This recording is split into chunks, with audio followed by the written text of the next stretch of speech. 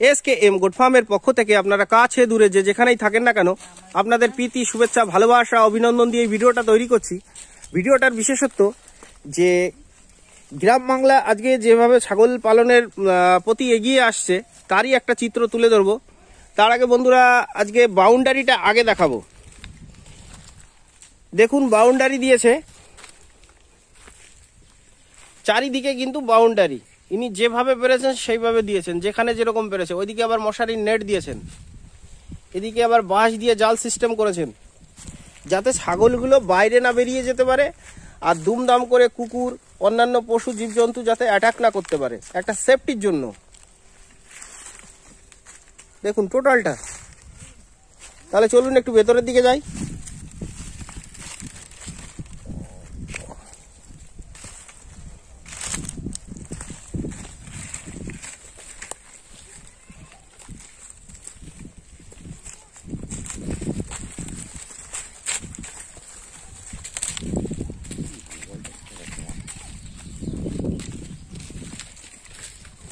এই ছাগলটা প্রেগনেন্ট আছে তাই না? এটা প্রেগন্যান্ট আছে, ওইটা প্রেগন্যান্ট আছে। দেখুন দারুণ একটা ক্রসের ছাগল, দারুণ ছাগলটা বন্ধুরা, এটাই ক্রস ব্রিড।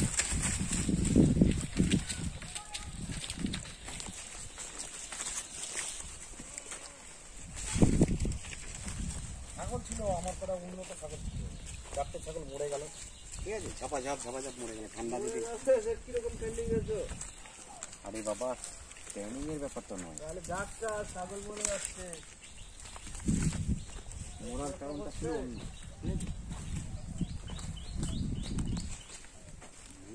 রোদ পড়ছিল না, একদিন একদম শীতের প্রথমার্ধে। ঠিক আছে,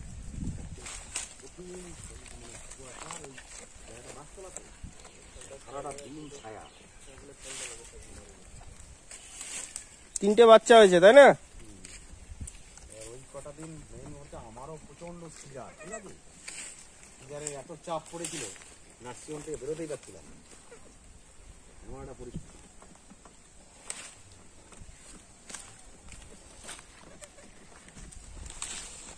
এই যে গায়ে কি হয়েছে আপনার ছাগলে?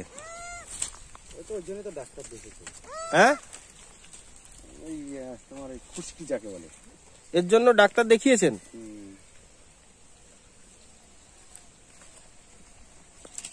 প্রতি মাসে উকুন। ঠিক আছে, তারপরে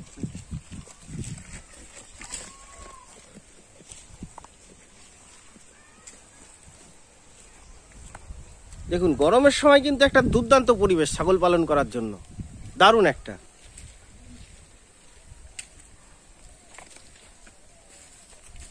তাহলে ভিতরে একটু দেখি কি অবস্থায় আছে ভিতরগুলো, তাই না ছাগলের? ওই ফেরমের গুলো বের করে দিলাম তো, এটা মাচালি করা আছে, ধার দিলাম কেবল। বাঁশ বাগান,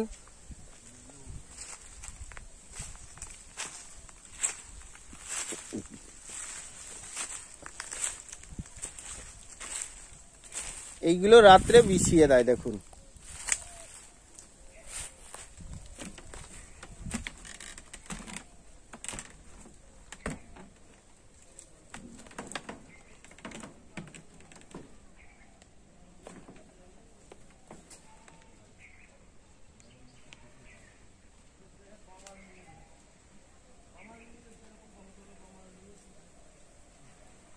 দেখুন টোটালটা কিন্তু মশারি দিয়ে ঘিরে দিয়েছেন। এই দেখুন মশা উড়ে বেড়াচ্ছে, হয়তো ক্যামেরায় দেখা যাচ্ছে না। দেখুন প্রচুর মশা মশারির উপরে। এই দেখেন একটা মশা, প্রচুর মশা।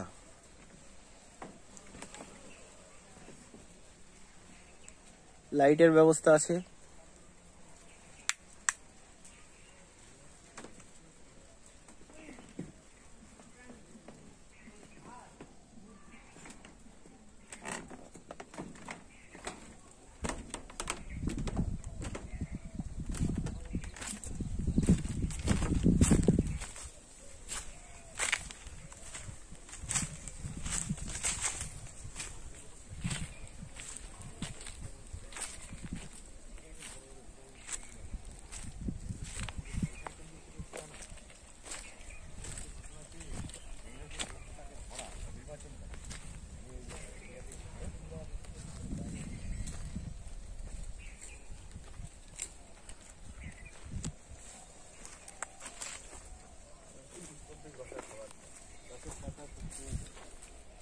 পাতায় খেয়ে ভালো থাকে।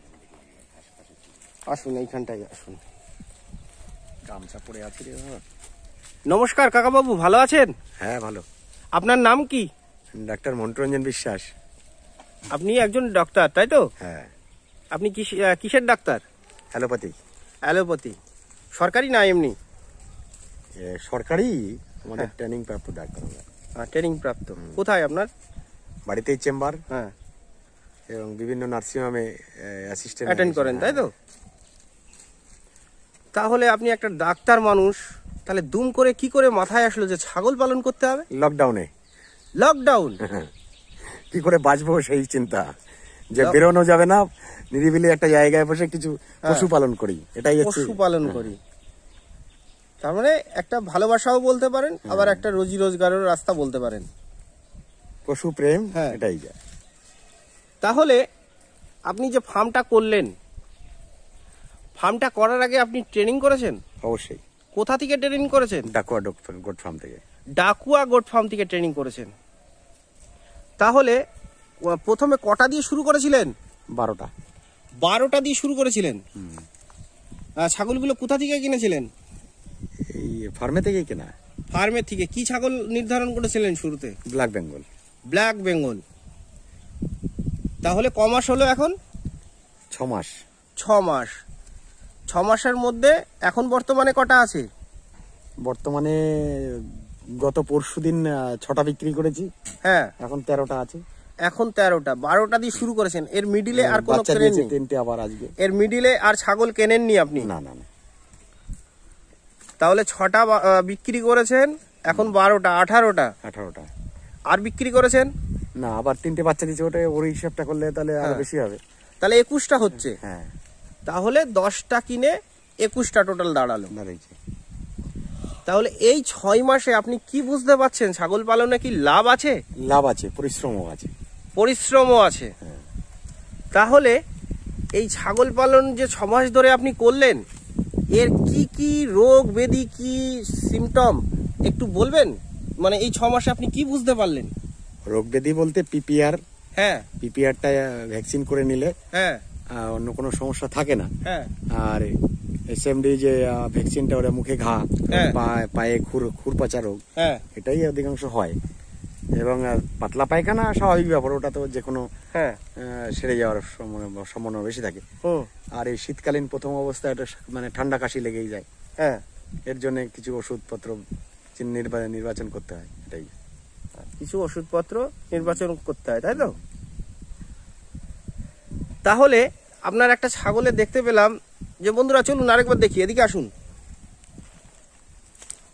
ছাগলটাকে বন্ধুরা দেখবেন, এই সিমটম কিন্তু আপনাদেরও হতে পারে, বা আপনাদের খামারে কিছু ছাগলের বর্তমানে হয়ে থাকবে। কোন ছাগলটা? এইটা ধরেন। এটা কবে বাচ্চা দিয়েছে? কালকে 3টে বাচ্চা দিয়েছে। বন্ধুরা দেখুন জায়গাটা, এতে কি বুঝতে পারছেন? এটা কিন্তু গুঁতো খেয়ে হয়েছে, ঠিক আছে? ওই বড় হ্যাঁ। গুঁতো দিয়েছে, তারপরে চামড়াটা উঠে গেছে। তারপরে চামড়া উঠে গেছে, খুশকি। এগুলো এইখানটায় দাঁত দিয়ে কিন্তু চুলকা একটু শিং দিয়ে ঘষে, দাঁত তো পৌঁছাবে না।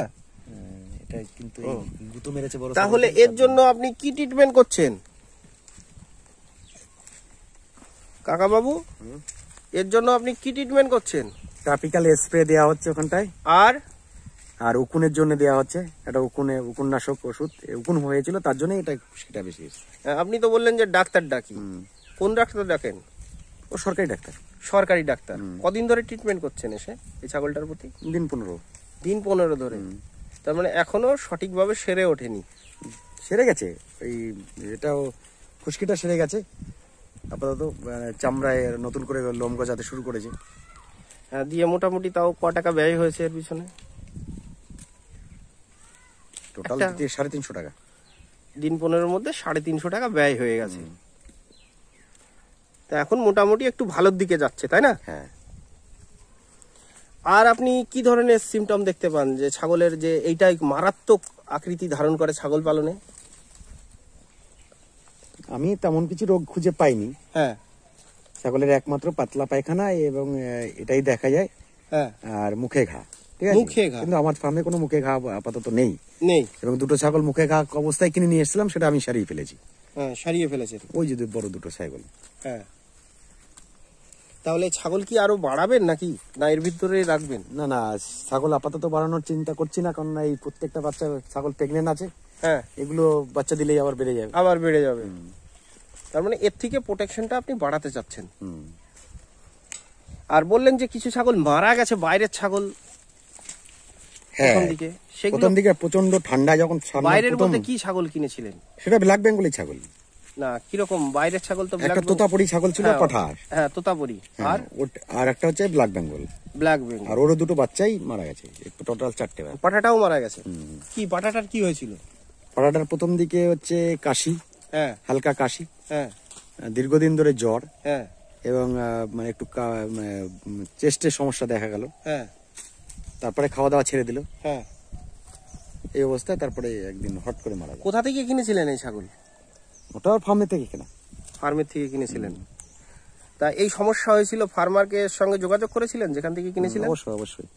দিয়ে তিনিও যা বললেন আর সারাতে পারেননি? না না, এবং ডাক্তারও বললো যে চেস্টে একটা ইনফেকশন আছে, চেস্টের ইনফেকশনের জন্য এটাকে সহজে হয় না, চেস্ট একবার ক্ষত হয়ে গেলে। আর এমনি ফার্ম করতে গেলে তো একটা পাঠার দরকার হয়, এখন তো দেখছি নেই। না না, ছোট একটা আছে। ছোট একটা? ওই তো কেবল দাঁত এসছে। ছোট বলতে একটু বড় জাতের রাখলে কি হয়, ওর সঙ্গে ব্রিডিং করালে বাচ্চাগুলো একটু বড় হবে, দামটাও ভালো পাওয়া যাবে, তাই না?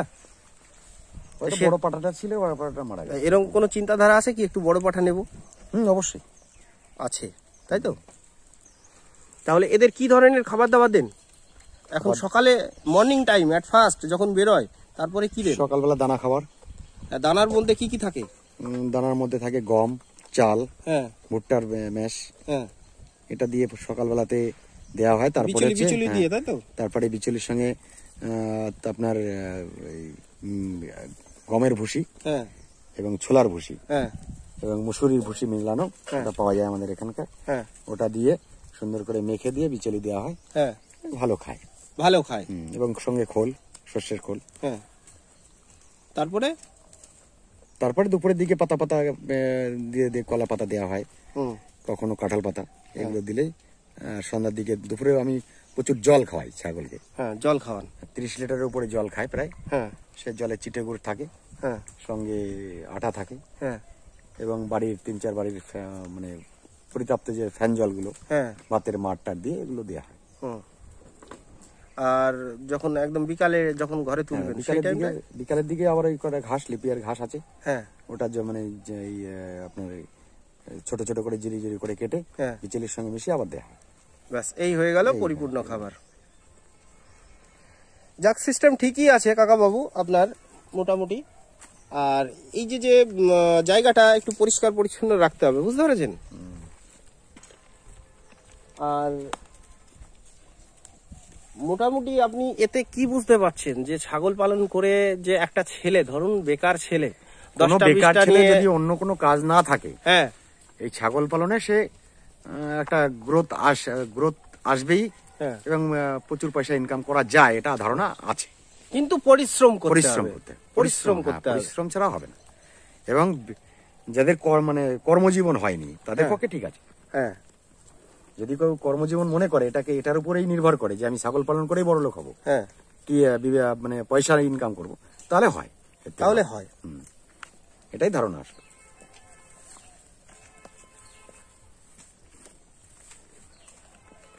এখন বর্তমানে কিরকম পার ডে আপনার খরচ হচ্ছে ছাগল প্রতি?